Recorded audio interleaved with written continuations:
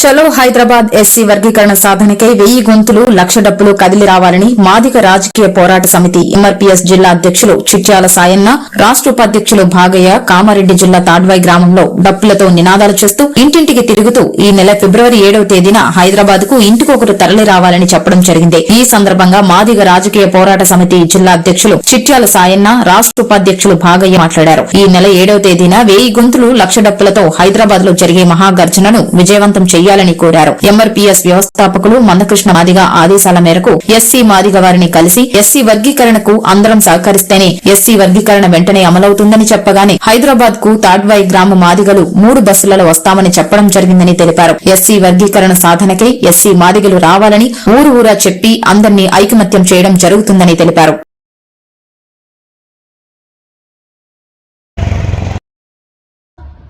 ఏదైతే ఇవాళ అన్నగారు నిరంతరమైన భార్య పిల్లలు నిడిసబెట్టి ఎస్సీ వర్గీకరణ గురించి, ఈ అనవర్గాల కులాల గురించి, మన జాతి గురించే కాదు, ఈ వర్గీకరణ గురించే కాదు, దళితుల గురించే కాదు, ఎస్సీ ఎస్టీ బీసీ మైనార్టీ వాళ్లకు ఏ కష్టం వచ్చినా ఏ సమస్య వచ్చినా ఇవాళ దాని మీద ఖండించిన వ్యక్తి గవర్నర్ శ్రీ మందకృష్ణ మాది ఒక్కోడే.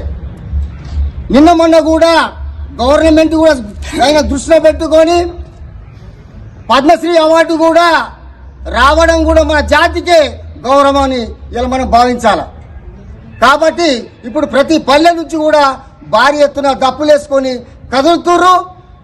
కదలాలా, కదిలి కూడా ఇది మనం విజయవంతం చేసుకొని మన హక్కును మనం సాధించుకొని రిజర్వేషన్లు కూడా మనకు రాబోయే కాలంలో కూడా ఈ వర్గీకరణ అయితే కూడా రిజర్వేషన్లు కూడా పెంచే అవకాశం కూడా ఉంది. కాబట్టి ఈ తాడ్వాయి మండలంలో చుట్టుముట్టు ఎన్ని గ్రామాలు ఉన్నాయో ఆ గ్రామం నుంచి కూడా ప్రతి ఒక్కళ్ళు రావడానికి సిద్ధం ఉన్నారు. మాదిగల ఐక్యత, మాదిగల ఐక్యత. ఆర్ భాగయ్య, మాదిగ రాజకీయ పోరాట సమితి రాష్ట్ర ఉపాధ్యక్షులు. జై మాదిగ, జై మాదిగ, జై మాదిగ. బిఎన్ రమేష్ కృష్ణ నాయకత్వం, గౌరశ్రీ మందకృష్ణ బిఎన్ రామకృష్ణ నాయకత్వం.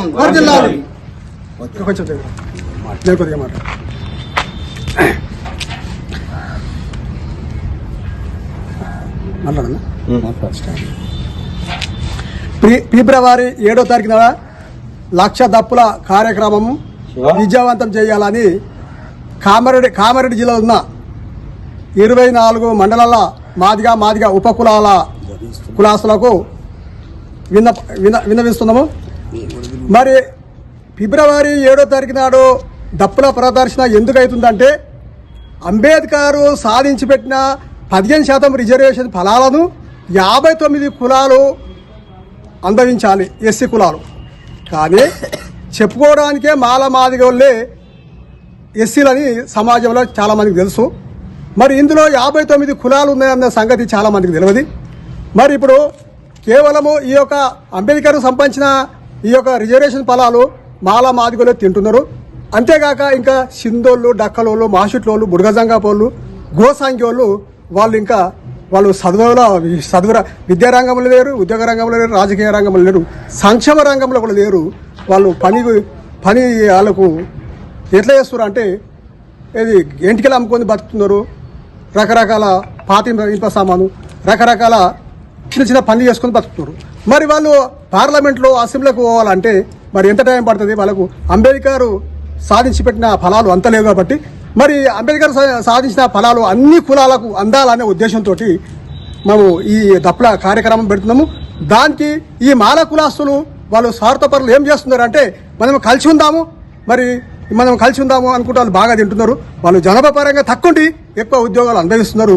కాబట్టి మేమనేది ఏంటంటే, అన్ని కులాల వాళ్ళము వాళ్ళ వారి నిష్పత్తి ప్రకారంగా, జనాభా నిష్పత్తి ప్రకారంగా లెక్కలు కట్టి మరి అందరికి చెందాలని మేము డిమాండ్ చేస్తున్నాము.